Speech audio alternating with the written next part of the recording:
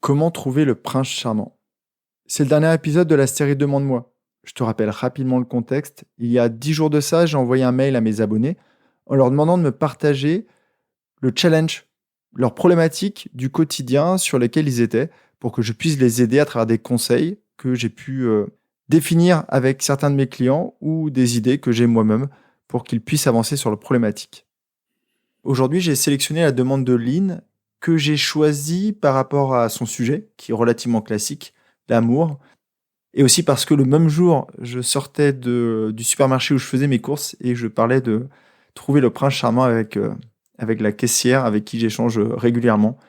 Donc voilà, je ne sais pas si elle écoutera l'épisode, mais petite dédicace. Donc voici le message de Lynn. Donc je m'appelle Lynn, j'ai 39 ans, et après une vie d'exploration en tout genre, je me lance enfin dans la quête du grand amour, le futur père de mes enfants. As-tu des conseils? Alors comme je le disais juste avant, c'est un sujet récurrent, Lynn. Certains cherchent le job de leur rêve, d'autres c'est l'amour, le grand, comme tu dis, et peut-être le futur papa de tes enfants. Donc j'ai beaucoup d'idées à te proposer, et le premier, si tu m'écoutes régulièrement, tu vas vite comprendre, c'est le langage, le grand amour, le futur père de mes enfants. Est-ce que tu imagines la pression que tu te mets et la pression que tu vas mettre sur le dos de la personne que tu vas rencontrer? C'est-à-dire que toi, déjà, tu te mets la pression, c'est-à-dire que le prochain, ça va être le bon, ça va être le grand amour, le prince charmant. Donc ça veut dire que tu vas peut-être te mettre beaucoup de stress, et plus il y a de stress, moins on a de chances de rencontrer le futur père de tes enfants si ça devait le devenir, et le grand amour. Donc peut-être relativise. Est-ce que le prochain sera le bon? Peut-être. Est-ce que le prochain fera partie de tes explorations? Peut-être aussi. Ce qui est sûr, c'est que plus tu arrives détendu, relaxé, meilleurs seront tes résultats. Et surtout, si jamais ça devait pas être le père de tes enfants, ni le grand amour, ni le amour tout court, au moins tu auras peut-être passé un bon moment, tu auras rencontré une personne avec qui bah, tu sais que ça va pas le faire sur le domaine de l'amour, mais peut-être que ça ira sur d'autres domaines. Deuxième point, tu m'as dit que tu avais beaucoup exploré. Alors j'ai envie de te dire, utilise ces explorations pour définir le portrait type de ton amour. Pourquoi je te dis ça? Je vais prendre un exemple dans le domaine professionnel. Quand quelqu'un cherche un emploi et qu'il commence à douter ou qu'il commence à perdre espoir, il va envoyer ses CV un peu partout. L'effet inverse de ce qu'attend la personne, c'est que quand tu envoies ton CV à un endroit où il n'est pas attendu, où il ne correspond pas, tu n'as pas de retour, voire tu as un retour négatif. Et donc ta confiance baisse. Tu as de moins en moins envie d'envoyer des CV. Et au bout d'un moment, bah, tu dis, voilà, c'est comme ça et je capitule. Donc ne fais pas l'erreur que font beaucoup de personnes dans le domaine professionnel et sélectionne. Sois très sélective. Ne perds pas ton temps avec des personnes avec qui tu sais que ça ne va pas fonctionner. Je sais que, par exemple, sur un site de rencontre, il est plus simple de mettre une annonce très généraliste qui dit moi, je veux un homme. Oui, mais tu vas peut-être avoir des blonds. Si tu n'aimes pas les blonds, c'est dommage. Des bruns, des roux. Peut-être que ça va être un grand, un petit. Peut-être que ça va être une personne en surpoids. Peut-être que ça va être une personne trop fine. Peut-être que ça va être une personne qui n'a pas du tout les mêmes valeurs que toi. Peut-être que c'est une personne qui va avoir une activité professionnelle qui est à l'opposé, à l'antipode de tes valeurs. Donc l'idée, c'est plus tu filtres les demandes, plus tu es clair dans ta demande à toi, plus tu auras des personnes qui vont correspondre à ce que toi tu recherches. Exercice que j'ai déjà proposé plusieurs fois et qui a super bien fonctionné avec des clients, c'est définir la personne que tu veux rencontrer. Souvent, il n'y a pas de critères physiques, mais c'est plus des critères moraux ou éthiques. Et c'est important aussi de les avoir parce que ça te permet de savoir où tu vas chercher la personne. Si par exemple, tu détestes les personnes qui boivent de l'alcool, il serait pas très judicieux d'aller chercher cet homme dans des soirées un peu festives. En revanche, si tu veux quelqu'un qui prend soin de lui, qui fait attention à son mental, à son physique, il est possible que cet homme soit dans un cours de yoga ou soit en train de se promener actuellement là, dans la forêt à côté de chez toi. Donc, l'importance de savoir qu'est-ce que tu cherches, c'est que ça t'évite de te disperser. Et si jamais il devait passer devant toi, ce grand brun ténébreux, avec le regard, les yeux verts et le 1,70 m et je sais pas, 70 kilos de muscles, et au moins tu le repéreras, ça sera beaucoup plus simple. Troisième point, plus tu t'aimes, plus tu es conscient de ta valeur, plus tu auras des facilités à rencontrer la personne qui verra ta valeur et qui arrivera à te proposer un futur, aussi beau que celui que tu aimerais, trouver. Autre sujet intéressant par rapport au portrait type, Comment tu peux faire ça? Tu m'as dit que tu as beaucoup exploré, donc j'imagine que tu as eu plusieurs aventures. Ce que je propose, des fois aussi dans le domaine professionnel ou amoureux, aux personnes que j'accompagne, c'est de définir une sorte de frise. J'appelle ça la frise amoureuse. Tout simplement, tu reprends de toi toute petite à toi d'aujourd'hui, 39 ans, et tu notes toutes les personnes avec qui tu as eu des relations. Tu notes ce qui a été, ce qui a moins été, ce que tu veux retrouver, ce que tu veux plus retrouver.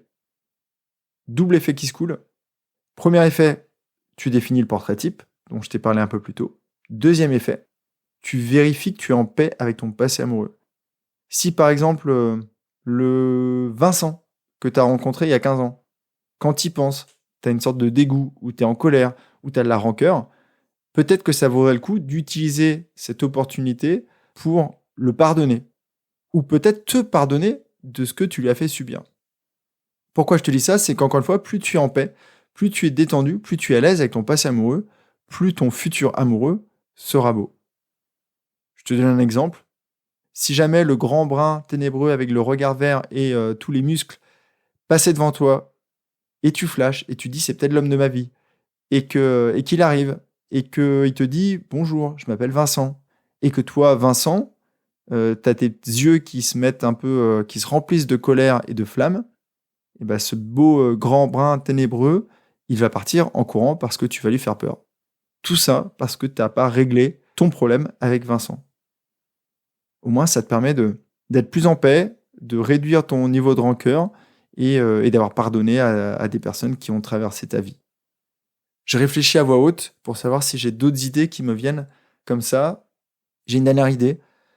Les croyances. Demande-toi juste pour toi, c'est quoi l'amour? Si l'amour, c'est un combat, essaye de déconstruire cette croyance et de voir ça comme quelque chose de sympa. Si pour toi, si tu es une femme, les hommes, c'est tous des enfoirés, demande-toi, essaie de repérer des hommes avec qui ça se passerait super bien et qui sont super sympas. Et plus toi, tu es à l'aise avec toi-même, plus toi, tu es tranquille avec toi-même, plus tu t'aimes, et ben plus tu vas attirer des personnes qui seront dans la même énergie que toi. Je vais répéter rapidement, aime-toi, sois en paix avec ton passé amoureux, aie une idée précise et très claire de la personne que tu veux rencontrer, et surtout, ne te mets pas la pression. Essaye d'être sereine et d'être détendue dans ta démarche. Peut-être que Vincent sera le papa de tes enfants, peut-être que ce sera juste une histoire de un mois, une semaine, qui te permettra encore de mieux comprendre qu'est-ce que tu cherches, qu'est-ce que tu ne cherches pas, qu'est-ce que tu veux trouver ou pas trouver chez la personne, et plus tu pourras profiter du moment présent. Je crois que j'ai tout dit. Si toi tu n'es pas Lynn, j'espère que cet épisode t'a plu et qu'il t'a donné peut-être des petites idées si jamais tu es dans cette quête amoureuse ou que tu es en train d'essayer d'explorer ta vie amoureuse. Plus tu es à l'aise avec toi-même, plus tu es détendu, plus c'est facile. Parce que si tu es souriante, bah, tu es beaucoup plus attirante. J'ai beaucoup utilisé le féminin parce que j'ai eu que des demandes quasiment de femmes cette semaine. Mais plus tu es souriant, pareil, plus tu attireras les femmes souriantes à tes côtés. Donc tu vas attirer des personnes qui seront en paix avec elles-mêmes, qui s'aiment et avec qui tu pourras créer une belle relation. C'était le dernier épisode de la série Demande-moi. Mardi prochain, je reviens avec un épisode classique. Et j'étais très content de passer cette semaine avec toi. J'espère que tu as apprécié le format.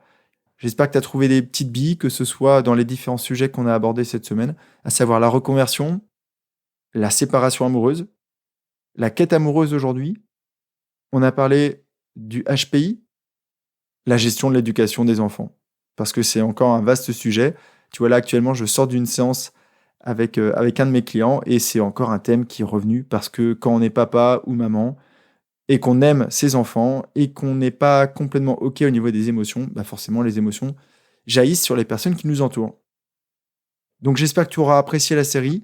Si jamais tu n'es pas abonné à mon courrier, je te conseille vraiment, sincèrement, de me rejoindre. Ça me fait super plaisir d'envoyer mon courrier tous les jeudis.